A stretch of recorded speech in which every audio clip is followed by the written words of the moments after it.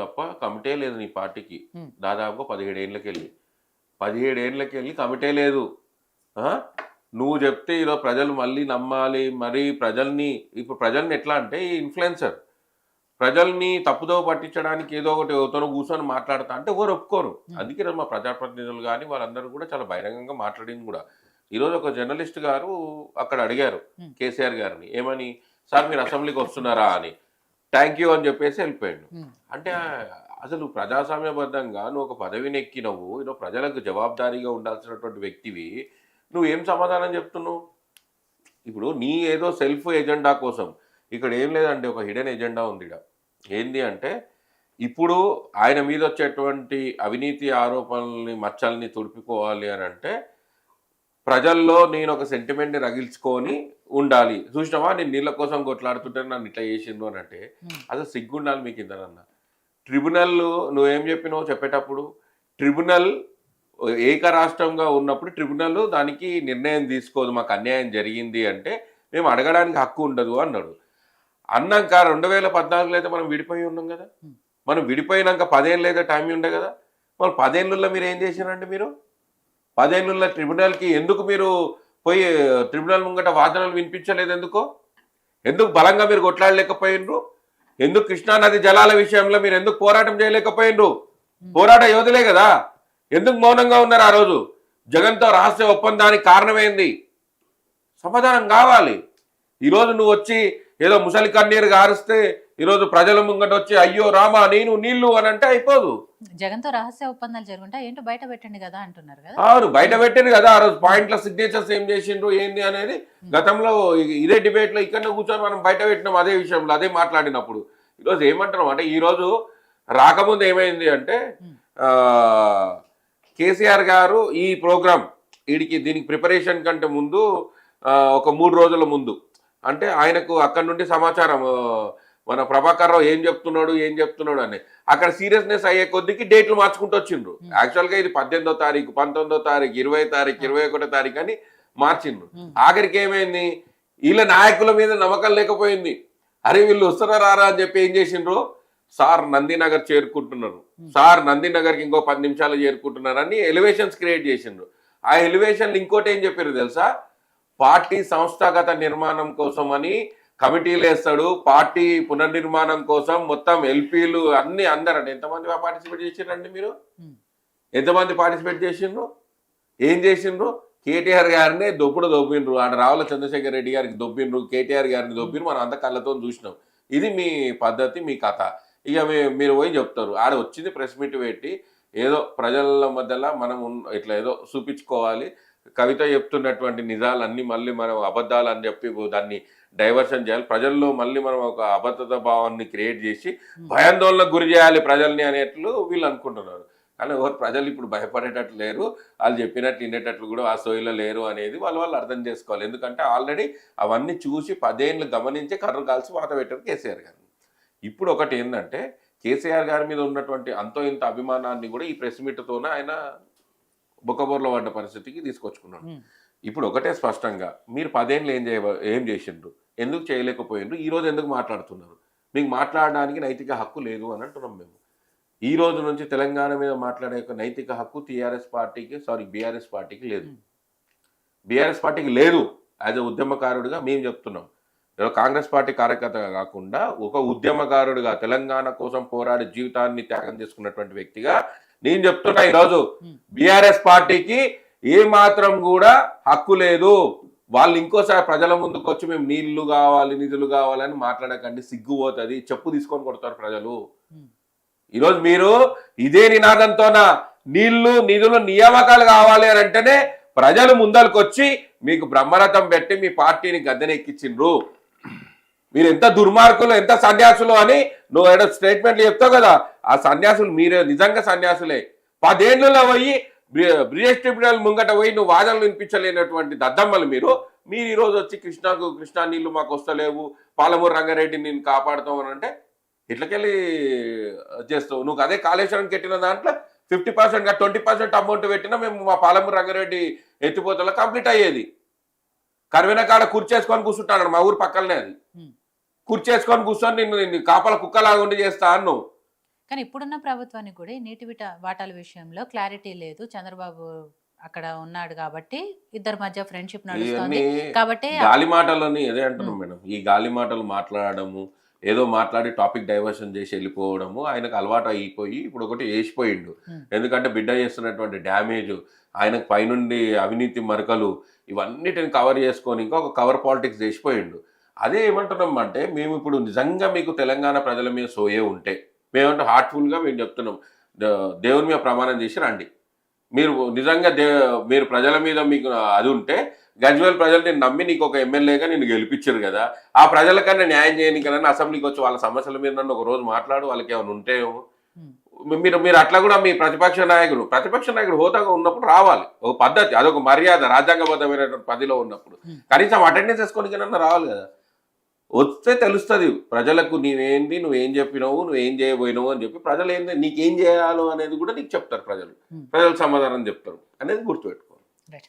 So Yadagiri గారు, కేసీఆర్ గారు ఆయన ఉనికిని చాటుకోవటానికో లేదు అంటే మరొకసారి తెలంగాణ ప్రజలకు సెంటిమెంట్ రాజేయటానికో వచ్చి ఆయన మాట్లాడారు. ఈ విషయాలన్నీ కూడా అనవసరమైన విషయాలు ప్రస్తావించారు తప్ప ఇందులో ఏం లేదు. నిజంగా ఆయన మాట్లాడాలనుకుంటే ఆయన మీద ఏవైతే అవినీతి ఆరోపణలు వస్తున్నాయో వాటి గురించి మాట్లాడాలి. తెలంగాణ ప్రజలకు ఎక్కడ అన్యాయం జరుగుతుందో ఓన్లీ నీటి వాటాలు ఒకటే కాదు కదా, మిగిలిన 6 గ్యారంటీలు ఫెయిల్ అయ్యాయని పొద్దులేస్తే కేటీఆర్ గారు, హరీష్ గారు మాట్లాడుతున్నారు. వాటి విషయంలో ఆయన ఎక్కడ మాట్లాడలేదు. ఈవెన్ కవిత గారి విషయంలో ఆయన ఎక్కడ మాట్లాడలేదు. ముందు పార్టీ మీద పట్టు ఉండాలి, పార్టీ మీద క్రమక్రమంగా పట్టు కోల్పోతూ వస్తున్నారు. అటువంటిప్పుడు ఇంకా ప్రజల గురించి మాట్లాడేది ఎక్కడుంది అనేది.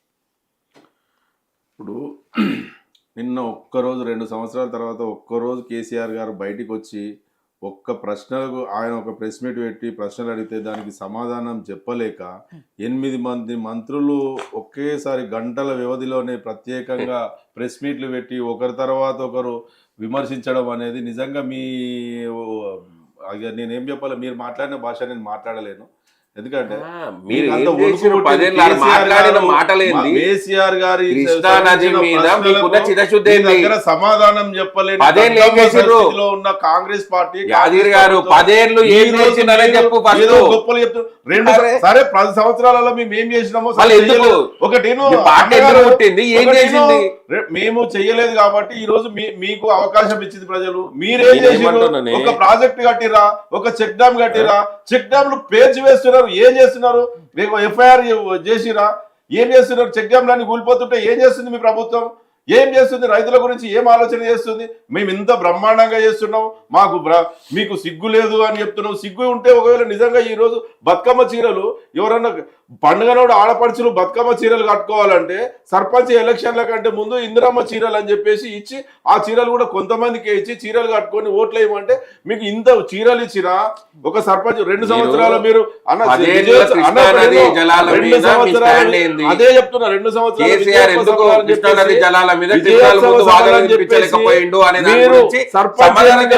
పంచాయతీ ఎన్నికల ప్రచారం చేసి కర్రు కాల్చి వాతావరణం 50% ఓట్లు రాలేదు, 50% రాలేదు. మీకు మీరు ఎవరికి సిగ్గు లేదు అనే మాట మీరు మాట్లాడకండి.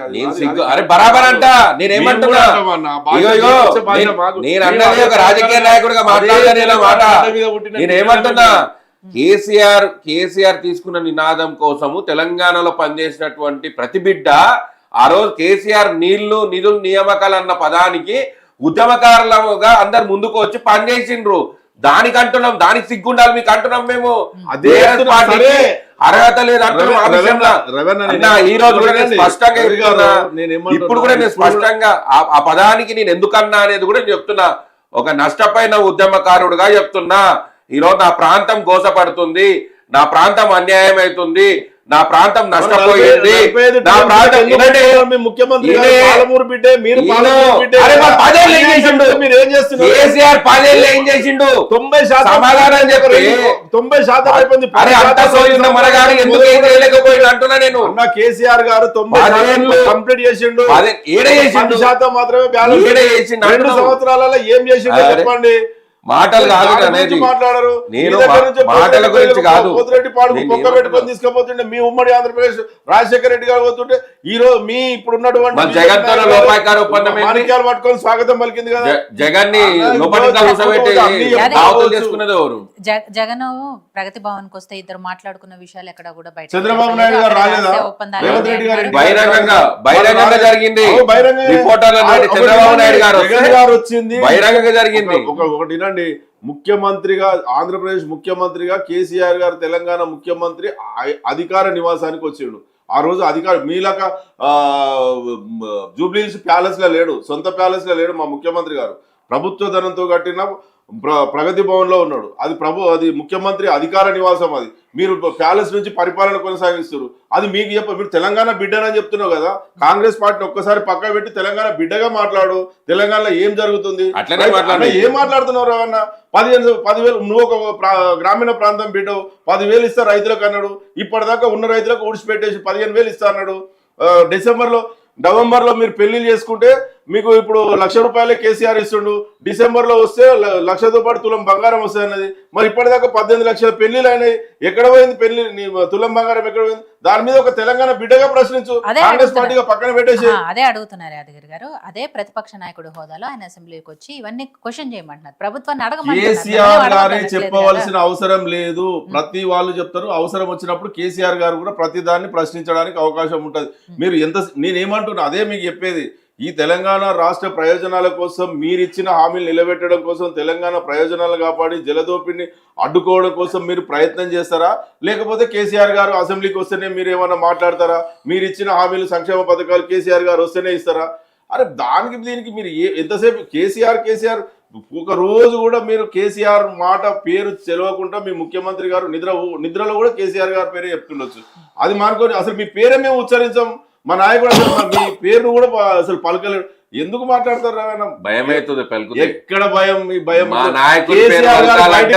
భయం ఉంటే 8 మంత్రులతో ప్రెస్ పెట్టించి ముఖ్యమంత్రి గారు చెప్పిండు క్రియాశీల రాజకీయాలు లేని వాళ్ళ గురించి మనం మాట్లాడొద్దు అని చెప్పి చాలా స్పష్టంగా చెప్పిండు. కేసీఆర్ గారు ఆ భయానికి వచ్చి బయటకు వచ్చిండ్రేమో అని నేను కూడా అనుకుంటున్నా. ఎందుకు అంటే రేవంత్ రెడ్డి గారు ఏమన్నారు అని అంటే క్రియాశీల రాజకీయాలు లేని వాళ్ళ గురించి మనం మాట్లాడుకోవద్దు, అది పద్ధతి కాదు అని అన్నాడు. అంటే కరెక్ట్ కదండి. ఇంకోటి కేసీఆర్ గారు ఒక పెద్ద అబద్ధం మాట్లాడారు. ఎప్పుడు నా సాగు గురించి మాట్లాడతానంటే నువ్వు కాలు ఇబ్బంది అయి ఫ్రాక్చర్ అయినప్పుడు ముఖ్యమంత్రిగా ఉన్నాయి రేవంత్ రెడ్డి గారు యశోద హాస్పిటల్కి వచ్చి పరామర్శించిండ్రు. పెద్ద ఆయనకు మంచిగా కావాలని కోరుకున్నాడు. మధ్యలో ఒకసారి సీరియస్ గా హెల్త్ ఇష్యూ అయిపోయి అడ్మిట్ అయ్యిండు. రాత్రి అడ్మిట్ అయితే హాస్పిటల్ వాళ్ళతో మాట్లాడిండు. సో అది ఆయన ఒక పెద్ద మనిషి లాగా ఆయన తండ్రిలాగా భావించే పని చేసిండు. అట్లా మీకు అంతా వీళ్ళంతా ఒకటి పెద్ద అది వీళ్ళంతా చెప్తున్నాం కదా మేడం. ఆయన ఉంటే కదా, ఆయన ఎవరు ఒక స్పెషల్ ఐలాండ్ చేసుకుంటారు చూడండి. ఆయన పేరు ఏం పేరు?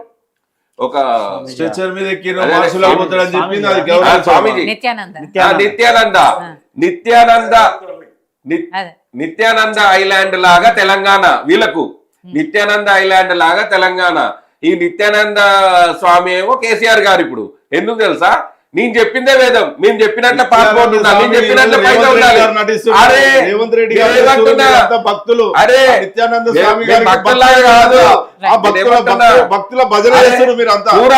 అట్లా తయారు చేసింది మేడం. అసెంబ్లీకి నువ్వు రాజ్యాంగాన్ని నువ్వు అపాసం చేసినట్లే కదా. నువ్వు ఒక బాధ్యత కదా, నీకు ప్రజలు నీకు మ్యాండేట్ ఇచ్చి నేను గెలిపించుకున్నారు నీ కాన్స్టిట్యున్సీ లా.